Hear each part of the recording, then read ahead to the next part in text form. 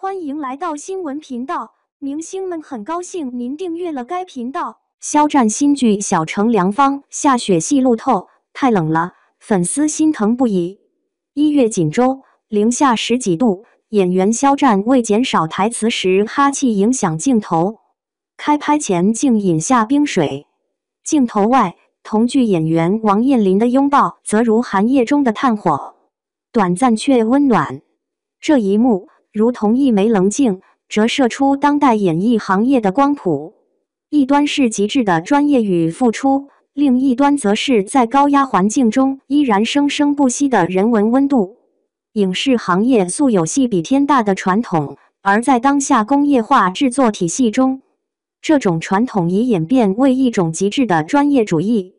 肖戰飲冰水抗哈氣的舉動，表面看是為了保證鏡頭語言的純粹性，實質上卻反映了現代影視創作中一種近乎嚴苛的技術潔癖。在數字技術足以在後期消除哈氣的今天，演員仍選擇以身體為代價追求實景實感，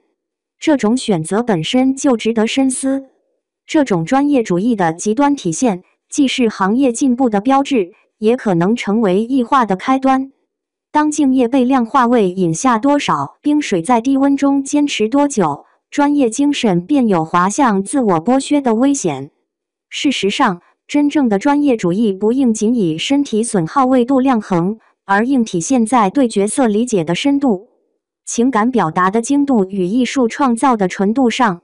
冰水可以暫時抑制哈氣，卻不應成為衡量演員價值的冰冷標尺。值得慶幸的是，在極致專業主義的另一面，我們依然能看到人性溫度的星火。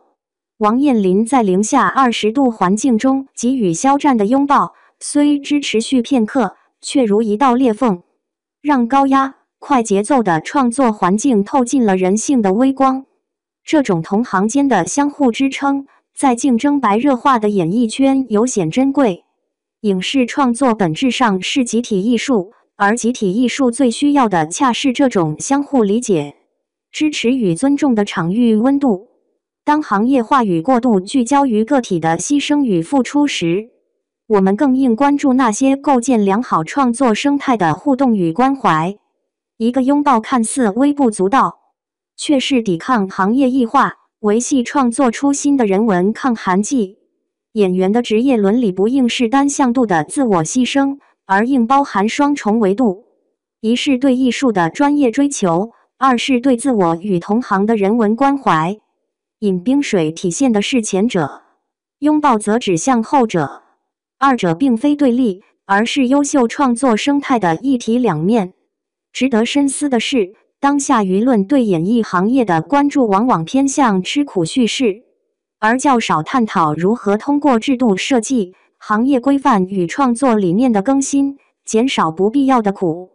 真正的行業進步，不應以演員在極端環境中的忍耐度為指標，而應以是否建立了更科學、更人性化的創作環境為標尺。肖戰新劇《小城良方》的劇名在此有了另一層深意，我們的影視行業也急需一劑平衡專業追求與人文關懷的良方。這劑良方需包含多重成分：